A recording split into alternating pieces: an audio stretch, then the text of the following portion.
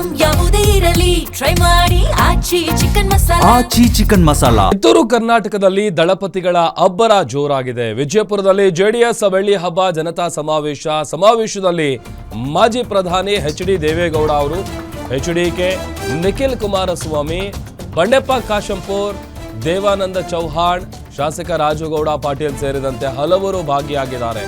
ಧ್ವಜಾರೋಹಣದ ಮೂಲಕ ಸಮಾವೇಶಕ್ಕೆ ದೊಡ್ಡಗೌಡರು ಚಾಲನೆ ಕೊಟ್ಟಿದ್ದಾರೆ.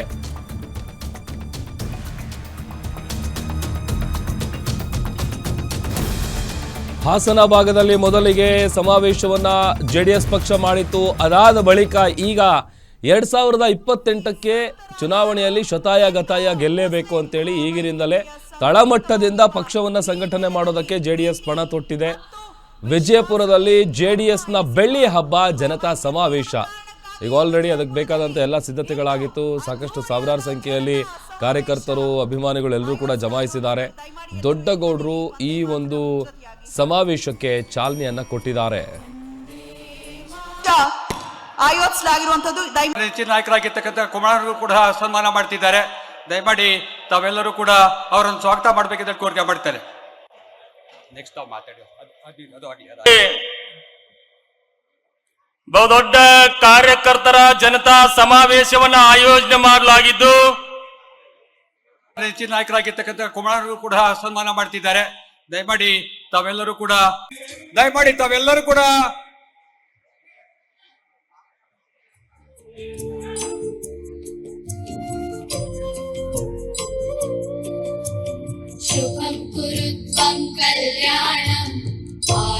ಆ ನಾದವನ್ನು ಕಲಾತೀತನಾದ ಪರಮಾತ್ಮನ ಪವಿತ್ರವಾದ ಜ್ಯೋತಿಯು ತಮ್ಮೆಲ್ಲರ ಬಾಳಲ್ಲಿ ನಂದಾದೀಪವಾಗಿ ಬೆಳಗಲಿ ಎಂದು ಹಾರೈಸಿದ ಜಾತ್ಯ.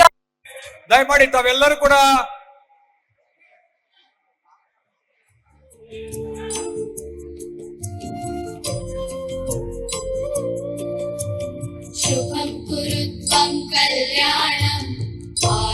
ಆ ನಾದವನ್ನು ಕಲಾತೀತನಾದ ಪರಮಾತ್ಮನ ಪವಿತ್ರವಾದ ಜ್ಯೋತಿಯು ತಮ್ಮೆಲ್ಲರ ಬಾಳಲ್ಲಿ ನಂದಾದೀಪವಾಗಿ ಬೆಳಗಲಿ ಎಂದು ಹಾರೈಸಿ. ಎಲ್ಲ ಕುರ್ಚಿ ಫುಲ್ ಆಗಿದೆ, ಮತ್ತೆ ಕುರ್ಚಿ ಸಿಗಲ್ಲ ನೋಡ್ರಿ, ಬಂದ್ಬಿಡ್ರಿ ಎಲ್ಲ. ಸನ್ಮಾನ್ಯ ಶ್ರೀ ಎಚ್.ಡಿ. ಕುಮಾರಸ್ವಾಮಿ ಸಾಹೇಬರಿಗೆ ನನ್ನ ನಮಸ್ಕಾರ ಸಲ್ಲಿಸಿ, ಕೇಂದ್ರ ಸಚಿವರಾದಂತ ಸನ್ಮಾನ್ಯ ಶ್ರೀ ಎಚ್.ಡಿ. ಕುಮಾರಸ್ವಾಮಿ ಸಾಹೇಬರಿಗೆ ನನ್ನ ನಮಸ್ಕಾರ ಸಲ್ಲಿಸಿ, ಕೇಂದ್ರ ಖ್ಯಾತಿಯನ್ನ ಪಡೆದಂತವರು ನಮ್ಮೆಲ್ಲರ ಪ್ರೀತಿಯ ಮಾಜಿ ಮುಖ್ಯಮಂತ್ರಿಗಳು ಹಾಲಿ ಕೇಂದ್ರ ಸಚಿವರನ್ನ ಪ್ರೀತಿ ಪೂರ್ವಕವಾಗಿ ಸ್ವಾಗತಿಸ್ತಾ ಇದ್ದಾರೆ. ಸಮಸ್ತ ಕಿತ್ತೂರು ಕರ್ನಾಟಕದ ಹೆಮ್ಮೆಯ ಜೆಡಿಎಸ್ ಬಂಧುಗಳ ಪರವಾಗಿ ನಮ್ಮ ಪಕ್ಷದ ಧ್ವಜದ ಒಂದು ಧ್ವಜಾರೋಹಣ ಕಾರ್ಯಕ್ರಮ ಜೆಡಿಎಸ್ ಸೇವಾ ದಳದ ವತಿಯಿಂದ ಆಯೋಜಿಸಲಾಗಿದೆ. ನಿಖಿಲ್ ಕುಮಾರಸ್ವಾಮಿ ಅವರು ಹಾಗೆ ಕುಮಾರಣ್ಣ ಅವರು, ಸಾಧ್ಯವಾದರೆ ನಮ್ಮ ಪ್ರೀತಿಯ ದೇವೇಗೌಡ ಅಪ್ಪಾಜಿಯವರು ಕೂಡ ಸಾಕ್ಷಿಯಾಗಬೇಕು. ಈ ಭಾಗದಲ್ಲಿ ಖ್ಯಾತಿಯನ್ನ ಪಡೆದಂತವರು ನಮ್ಮೆಲ್ಲರ ಪ್ರೀತಿಯ ಮಾಜಿ ನಾಗ್ತಣ ವಿಧಾನಸಭಾ ಕ್ಷೇತ್ರದ ನಿಕಟಪೂರ್ವ ಶಾಸಕರು ದೇವಾನಂದ್ ಚೌಹಾಣ್ಜಿರವರು ಮತ್ತೆ ಅವರ ಧರ್ಮಪತ್ನಿ ಸುನೀತಮ್ಮ ಅವರು ಕೂಡ ಇಲ್ಲೇ ಎಲ್ಲ ಬಹುಶಃ ಇಲ್ಲೇ ಕೂತಿದ್ದಾರೆ ವೇದಿಕೆ ಮೇಲೆ. ಬಹುಶಃ ಇವತ್ತಿನ ಈ ಒಂದು ಸಮಾವೇಶ ಪ್ರಾರಂಭ ಆದಾಗ ಒಂದು ಕಿರುಚಿತ್ರವನ್ನು ನಾವು ನೋಡ್ತಾ ಇದ್ವಿ.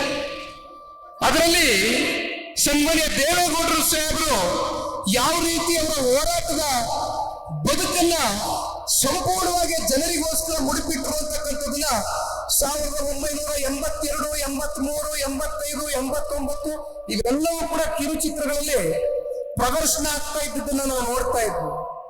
ಬಿಜಾಪುರ ಜಿಲ್ಲೆ ಮತ್ತೆ ಬಾಗಲಕೋಟೆ ಜಿಲ್ಲೆಯಲ್ಲಿ ಆಧುನಿಕ ಭಗೀರಥ ಅಂತಕ್ಕಂಥದ್ದು ಅನ್ನಿಸ್ಕೊಂಡಿದ್ರೆ ಯಾರಾದ್ರೂ ಅದು ಪುಣ್ಯಾತ್ಮ ಸನ್ಮಾನ್ಯ ದೇವೇಗೌಡರು ಸಾಹೇಬರು ಇವತ್ತೇನಿಲ್ಲಿ ಕೂತಿದ್ದಾರೆ ಈ ವೇದಿಕೆಯಲ್ಲಿ. ನಾನಿವತ್ತು ಒಂದು ಮಾತನ್ನ ತಿಳಿಸ್ಲಿಕ್ಕೆ ಬಯಸ್ತೇನೆ, ಒಂದು 2-3 ಅಂಶಗಳನ್ನ ಪ್ರಸ್ತಾವನೆಯನ್ನ ಮಾಡ್ಲಿಕ್ಕೆ ಬಯಸ್ತೇನೆ. 1983ರಲ್ಲಿ ಮೊದಲನೇ ಬಾರಿ ಸನ್ಮಾನ್ಯ ದೇವೇಗೌಡರು ಸಾಹೇಬರು ನೀರಾವರಿ ಸಚಿವರಾಗಿ ಕೆಲಸವನ್ನ ಏನೋ ಕೈಗೆ ಎತ್ಕೊಂಡ್ರು.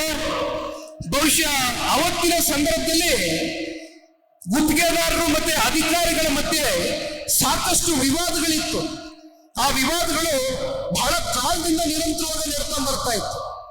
ಆದ್ರೆ ಆ ವಿವಾದಕ್ಕೆ ಅಂತಿಮ ತೆರೆಯನ್ನ ಎಳೆದು ಒಂದು ಸೆಟಲ್ಮೆಂಟ್ ಫಾರ್ಮುಲಾ ಅಂತಕ್ಕಂಥದನ್ನ ಜಾರಿ ಮಾಡ್ತಾರೆ. ಬಹುಶಃ ಅದು ಮಾಡುವ ಮೂಲಕ ಮತ್ತೆ ಏನೇನು ನೆನೆಗುದಿಗೆ ಬಿದ್ದಂತ ನೀರಾವರಿ ಯೋಜನೆಗಳಿಗೆ ಮರುಜೀವವನ್ನು ತಂದುಕೊಟ್ಟಂತವ್ರು ಇದೇ ಸನ್ಮಾನ್ಯ ದೇವೇಗೌಡರು ಸಾಹೇಬರು. ಮತ್ತೆ ಬಿಜಾಪುರಕ್ಕೆ ಬರ್ತಾ ಇದ್ದಂಗೆ ನಾವೆಲ್ಲರೂ ಕೂಡ ಆಲ್ಮಟ್ಟಿ ಬಗ್ಗೆ ಚರ್ಚೆ ಮಾಡ್ತೇವೆ. ಕಾರ್ಯಕರ್ತರು ಯಾವಾಗಲೂ ಹೇಳ್ತಾ ಇರ್ತೀರಿ, ಆಲ್ಮಟ್ಟಿ ಗೋಡೆಯನ್ನ ಎತ್ತರ ಮಾಡಿದ್ರು ಅಂತ. ಗೋಡೆಯನ್ನ ಎತ್ತರ ಮಾಡ್ತಕ್ಕಂಥದ್ದು ಬಹುಶಃ ಹಂತವಾಗಿ ನಡೀತಾ ಇರ್ತಕ್ಕಂಥ ಆ ಹಿಂದಿನ ಸಂಪ್ರದಾಯ ಏನಿತ್ತು ಅದಕ್ಕೂ ಮೀರಿ ದೇವೇಗೌಡರು ಸಾಹೇಬರು ಒಂದು ಆಲೋಚನೆಯನ್ನ ಮಾಡಿದ್ರು. 15 ಫೀಟ್ ಥ್ರಸ್ಟ್ ಗೇಟ್ ಅನ್ನ ಸ್ಥಾಪನೆ ಮಾಡುವ ಮೂಲಕ ಬಹುಶಃ ಅವ್ರು ಯಾವ ರೀತಿ ಆಲಮಟ್ಟಿ ಆ ಒಂದು ಅಣೆಕಟ್ಟಿಗೆ ಜೀವವನ್ನು ಕೊಟ್ಟರು, ಈ ಭಾಗದ 15 ಲಕ್ಷ ಎಕರೆಗೂ ಹೆಚ್ಚಿನ ರೈತರುಗಳ ಒಂದು ಜಮೀನಿಗೆ ಇವತ್ತು ಒಂದು ಹಸಿರು ಕ್ರಾಂತಿಯ ಒಂದು ಪರಿವರ್ತನೆಯನ್ನ ತಂದುಕೊಟ್ಟಂತವ್ರು ಬಹುಶಃ ಇದೇ ಸನ್ಮಾನ್ಯ ದೇವೇಗೌಡರು ಸಾಹೇಬರು ಅಂತಕ್ಕಂಥದ್ದನ್ನ ಹೇಳಲಿಕ್ಕೆ ಬಯಸ್ತೇನೆ. ಮತ್ತೆ 89ನೇ ಇಸ್ವಿನಲ್ಲಿ ಸನ್ಮಾನ್ಯ ದೇವೇಗೌಡರು ಸಾಹೇಬರು ಅಮೆರಿಕಾಗೆ ಹೋಗ್ತಾರೆ. ವರ್ಲ್ಡ್ ಬ್ಯಾಂಕ್ ನ ಅಧಿಕಾರಿಗಳ ಜೊತೆ ಕೂತು ಚರ್ಚೆಯನ್ನ ಮಾಡ್ತಾರೆ. ಯಾವ್ಯಾವ ನಮ್ಮ ರಾಜ್ಯದಲ್ಲಿ ನೆನೆಗುದಿಗೆ ಬಿದ್ದಿರ್ತಕ್ಕಂಥ ನೀರಾವರಿ ಯೋಜನೆಗಳಿದೆ, ವರ್ಲ್ಡ್ ಬ್ಯಾಂಕ್ ನ ಅಧಿಕಾರಿಗಳ ಜೊತೆ ಕೂತು ಚರ್ಚೆಯನ್ನು ಮಾಡಿ $325 ಮಿಲಿಯನ್ ಅಂದ್ರೆ ಬಹುಶಃ ಅಂದಿಗೆ ಸಾವಿರಾರು ಕೋಟಿ ರೂಪಾಯಿಯಷ್ಟು ಅವತ್ತು ಅನುದಾನವನ್ನು ಸನ್ಮಾನ್ಯ ದೇವೇಗೌಡರು ಸಾಹೇಬರು ತಗೊಂಡ್ ಬರ್ತಕ್ಕಂಥದಕ್ಕೆ ಕಾರಣಕರ್ತರಾಗ್ತಾರೆ. ಈ ರೀತಿ ಅನೇಕ ಕಾಮಗಾರಿಗಳು ಬಹುಶಃ ಅವರು ಮಾಡಿರ್ತಕ್ಕಂಥದ್ನ ಇವತ್ತು ಬಹುಶಃ ಮಾತನಾಡ್ತಕ್ಕಂಥದಕ್ಕೆ ಪದಗಳಲ್ಲಿ ಇವತ್ತು ಅದನ್ನ ವರ್ಣಿಸಲಿಕ್ಕಾಗೋದಿಲ್ಲ. ಅನೇಕ ವಿಚಾರಗಳಿದೆ. ಮತ್ತೊಂದು ಕಡೆ ಕಾಂಗ್ರೆಸ್ನವರು ಏನಪ್ಪ ಮಾಡ್ತಾರೆ ಅಂದ್ರೆ, ಇದೇ 2013ರಲ್ಲಿ ವಿಧಾನಸಭೆಯ ಸಾರ್ವತ್ರಿಕ ಚುನಾವಣೆ ಬರುತ್ತೆ. ಆಗ ಬರ್ತಾರೆ, ಕಾಂಗ್ರೆಸ್ನ ನಡೆ ಕೃಷ್ಣ ಕಡೆಗೆ ಅಂತ ಹೇಳ್ತಾರೆ.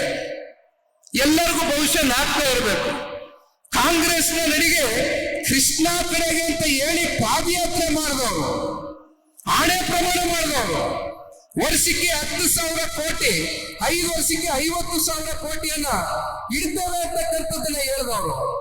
ಮತ್ತೇನಾಗುತ್ತೆ, UKP 3ನೇ ಹಂತ 17,000 ಕೋಟಿ ಅವತ್ತು ಸಂಪೂರ್ಣಗೊಳಿಸಬಹುದಾಗಿತ್ತು. 17,000 ಕೋಟಿ ರೂಪಾಯಿ ವೆಚ್ಚದಲ್ಲಿ UKP 3ನೇ ಹಂತ. ಆದ್ರೆ ಸುಳ್ಳು ಭರವಸೆಗಳನ್ನ ಕೊಟ್ಟು ಬಂದಂತ ಕಾಂಗ್ರೆಸ್ನವರು ಸಂಪೂರ್ಣ ಬಹುಮತದಿಂದ ಸರ್ಕಾರವನ್ನು ಮಾಡ್ತಾರೆ, ಆಡಳಿತವನ್ನು ಮಾಡ್ತಾರೆ. ಆದ್ರೆ ಕೊಟ್ಟಂತ ಭರವಸೆಯಲ್ಲಿ ಕನಿಷ್ಠ ಪಕ್ಷ ಅರ್ಧನಾದ್ರೂ ಭರವಸೆಯನ್ನು ಈಡೇರಿಸ್ತಕ್ಕಂಥದ್ರಲ್ಲಿ ಸಂಪೂರ್ಣವಾಗಿ ವಿಫಲರಾಗ್ತಾರೆ ಕಾಂಗ್ರೆಸ್ನವರು. ಅವರು ಮಾಡಿದಂತ ಪಾಪದ ಫಲವೇ 17,000 ಕೋಟಿಗೆ ಇದ್ದಂತ ಒಂದು ಪ್ರಾಜೆಕ್ಟ್ ಕಾಸ್ಟ್ ಆಗಿತ್ತು. ಆ ಕಾಸ್ಟ್ ಎಸ್ಕಿಲೇಷನ್ ಆಗಿ 87,000 ಕೋಟಿಗೆ ಇವತ್ತು ಹೋಗಿ ತಲುಪಿದೆ. ಹತ್ತತ್ರ 70,000 ಕೋಟಿಯಷ್ಟು 17,000 ಕೋಟಿಗೆ ಆಗ್ಬೇಕಾದಂತ ಕಾಮಗಾರಿ ಸಂಪೂರ್ಣ ಕಾಸ್ಟ್ ಎಸ್ಕಿಲೇಷನ್ ಆಗಿ ಗಗನಕ್ಕೆ ಹೋಗಿ ತಲುಪಿದೆ. ಮತ್ತೆ 2023 ಮೊನ್ನೆ ನಡೆದಂತ ಸಾರ್ವತ್ರಿಕ ವಿಧಾನಸಭಾ ಚುನಾವಣೆಯಲ್ಲಿ ಅಲ್ಲಿಯೂ ಒಂದು ಮಾತು ಕೊಡ್ತಾರೆ. ಏನ್ ಹೇಳ್ತಾರೆ, ಇಡೀ ರಾಜ್ಯದಲ್ಲಿ ನೆನೆಗುತ್ತಿಗೆ ಬಿದ್ದಿರ್ತಕ್ಕಂಥ ನೀರಾವರಿ ಯೋಜನೆಗಳಿಗೆ 2 ಲಕ್ಷ ಕೋಟಿ ಕೊಡ್ತೀವಿ 5 ವರ್ಷದಲ್ಲಿ ಅಂತ ಪ್ರಣಾಳಿಕೆಯಲ್ಲಿ ಇದೇ ಕಾಂಗ್ರೆಸ್ನವರು ಹೇಳ್ಕೊಂಡಿದ್ದಾರೆ. ಅಂದ್ರೆ ವರ್ಷಕ್ಕೆ 40,000 ಕೋಟಿ. ಇಲ್ಲಿಯವರೆಗೂ ಎಷ್ಟು ಕೊಡಕ್ಕಾಗಿದೆ? ಜಲಸಂಪನ್ಮೂಲ ಇಲಾಖೆಯಿಂದ ನೀಡಬೇಕಾಗಿರ್ತಕ್ಕಂಥ ಹಣ ಏನು ನೀರಾವರಿಯ ಯೋಜನೆಗಳಿಗೆ, ಆ ಹಣವನ್ನು ಕೂಡ ಇವತ್ತು ಗ್ಯಾರಂಟಿ ಯೋಜನೆಗಳಿಗೆ ಬಳಕೆ ಮಾಡ್ಕೊಂಡು ಇವತ್ತು ಸಂಪೂರ್ಣವಾಗಿ ನಮ್ಮ ರಾಜ್ಯದಲ್ಲಿ ಎಲ್ಲಾ ನೀರಾವರಿ ಯೋಜನೆಗಳಿಗೂ ಕೂಡ ಇವತ್ತು ಒಂದು ಸ್ಥಗಿತವನ್ನು ಹಾಕಿರ್ತಕ್ಕಂಥದ್ದು ಇದೇ ಕಾಂಗ್ರೆಸ್ನ ಪಕ್ಷ. ಇವತ್ತು ಸನ್ಮಾನ್ಯ ಕುಮಾರಣ್ಣ ಅವರು ಈ ವೇದಿಕೆ ಮೇಲೆ ಕುಳಿತಿದ್ದಾರೆ. ಕುಮಾರಣ್ಣ ಅವರು ಈ ರಾಜ್ಯದ ಮುಖ್ಯಮಂತ್ರಿಗಳಾದಾಗ ಒಂದು ಸುವರ್ಣ ಯುಗ ಕರ್ನಾಟಕ ರಾಜ್ಯ ನೋಡಿದಂತ ದಿನಗಳು. ಬಹುಶಃ ಇವತ್ತು ನಾವು ನೀವು ಅನೇಕ ಬಾರಿ ಚರ್ಚೆ ಮಾಡ್ತಾ ಇರ್ತೇವೆ. 2 ಬಾರಿ ರೈತರ ಸಾಲ ಮನ್ನಾ ಮಾಡಿದ್ದಾರೆ. ಜೊತೆಯಲ್ಲಿ ಗ್ರಾಮ ವಾಸ್ತವ್ಯ ಅಂತಕ್ಕಂಥ ಯೋಜನೆಗಳು, ಭಾಗ್ಯಲಕ್ಷ್ಮಿ ಯೋಜನೆ ಇರ್ಬೋದು, ಸೈಕಲ್ ವಿತರಣೆ ಕಾರ್ಯಕ್ರಮಗಳಿರ್ಬೋದು, ಸಾರಾಯಿ ಲಾಟ್ರಿಯನ್ನ ನಿಷೇಧ ಮಾಡಿದಂಥದ್ದು ಇರ್ಬೋದು. ಈ ರೀತಿ 10 ಹಲವಾರು ಕಾರ್ಯಕ್ರಮಗಳನ್ನ ಅತ್ಯಂತ ಅಲ್ಪ ಅವಧಿಯಲ್ಲಿ ಕೊಟ್ಟಂತದ್ದು ಸನ್ಮಾನ್ಯ ಕುಮಾರಣ್ಣ ಅವರು. ಪಾಪ ಬಹಳ ಜನ ನಮ್ಮನ್ನ ಹೀಯಾಳಿಸ್ತಾ ಇರ್ತಾರೆ. ಜನತಾದಳ ಪಕ್ಷ ಸಂಪೂರ್ಣ ಬಹುಮತದಿಂದ ಈ ರಾಜ್ಯದಲ್ಲಿ ಸರ್ಕಾರವನ್ನು ಸ್ಥಾಪನೆ ಮಾಡಕ್ ಆಗೋದಿಲ್ಲ ಅಂತ ವಿರೋಧಿಗಳಿಗೆ ಇವತ್ತು ಈ ವೇದಿಕೆ ಮೂಲಕ ನಾನು ಒಂದು ಮಾತನ್ನ ತಿಳಿಸ್ಲಿಕ್ಕೆ ಬಯಸ್ತೇನೆ. ಯುದ್ಧದಲ್ಲಿ ಸೈನಿಕರು ಎಷ್ಟು ದೊಡ್ಡ ಗಾತ್ರದಲ್ಲಿ ಇದ್ದಾರೆ ಅಂತಕ್ಕಂಥದ್ದು ಮುಖ್ಯ ಅಲ್ಲ, ಸೈನ್ಯಾಧಿಪತಿಗೆ ಇರ್ತಕ್ಕಂಥ ಧೈರ್ಯ ಎಂತದ್ದು ಅಂತಕ್ಕಂಥದ್ದು ಮುಖ್ಯ. ನಮ್ಮ ಸೈನ್ಯಾಧಿಪತಿಗೆ ಇರ್ತಕ್ಕಂಥ ಧೈರ್ಯ ಮತ್ತೆ ಆ ದಾರಿ ಬಹುಶಃ ಮುಂದೊಂದು ದಿನ ಜನತಾದಳ ಪಕ್ಷವನ್ನ ಜನತಾ ಸರ್ಕಾರ ಮತ್ತೆ NDA ಮಿತ್ರಕೂಟದ ಸರ್ಕಾರವನ್ನ ಮುಂದೊಂದು ದಿನ ನಾವೆಲ್ಲರೂ ಕೂಡ ಕಾಣ್ತೇವೆ. ಕುಮಾರಣ್ಣ ಅವರು ನಾಯಕರಷ್ಟೇ ಅಲ್ಲ, is just not a leader, is the total majority ಅಂತಕ್ಕಂಥದ್ದು ಮುಂಬರ್ತಕ್ಕಂಥ ದಿನಗಳಲ್ಲಿ ಬಹುಶಃ ಸಾಬೀತು ಮಾಡ್ತಕ್ಕಂಥ ದಿನ ಬಹಳ ದೂರ ಇಲ್ಲ ಅಂತಕ್ಕಂಥದನ್ನ ಈ ಸಂದರ್ಭದಲ್ಲಿ ನಾನು ಬಹಳ ಗಟ್ಟಿಯಾಗಿ ಕಾರ್ಯಕರ್ತನಾಗಿ ನಂಬಿದ್ದೇನೆ. ಬಹಳ ಜನ ಮಾಧ್ಯಮದ ಸ್ನೇಹಿತರು ಬೆಳಗ್ಗೆಯೂ ಕೂಡ ನನಗೆ ಪ್ರಶ್ನೆ ಮಾಡ್ತಾ ಇದ್ರು, ಸರ್ 3 ವರ್ಷ ಆಯ್ತು, ಯಾವಾಗ ಬೀದಿಗಿಳಿತೀರಿ, ಯಾವಾಗ ಹೋರಾಟ ಮಾಡ್ತೀರಿ, ಯಾವಾಗ ಕೈಗೆ ಎತ್ಕತ್ತೀರಿ? ಎಲ್ಲರೂ ಕೂಡ ಬೇಸತ್ತಿದ್ದಾರೆ, ನಿಮ್ಮ ಪಕ್ಷ ಯಾವಾಗ ಬೀದಿಗಿಳಿತೀರಿ ಅಂತ. ನಿಮ್ಮೂರಿನಿಂದ ವಿಶ್ವ ಮಟ್ಟದವರೆಗೆ ರಾಜಕೀಯ, ಸಿನಿಮಾ, ಸ್ಪೋರ್ಟ್ಸ್ ಯಾವ ಸುದ್ದಿಯೂ ಮಿಸ್ ಆಗಲ್ಲ. ಬರೀ ಸುದ್ದಿಯಷ್ಟೇ ಅಲ್ಲ, ಜೊತೆಯಲ್ಲೇ ಇರುತ್ತೆ ವಿಶ್ಲೇಷಣೆ. ಗ್ಯಾರಂಟಿ ನ್ಯೂಸ್ನ ಸಬ್ಸ್ಕ್ರೈಬ್ ಮಾಡಿ, ಫಾಲೋ ಮಾಡಿ, ಕ್ಷಣ ಕ್ಷಣದ ಅಪ್ಡೇಟ್ಸ್ ಪಡೆಯಿರಿ.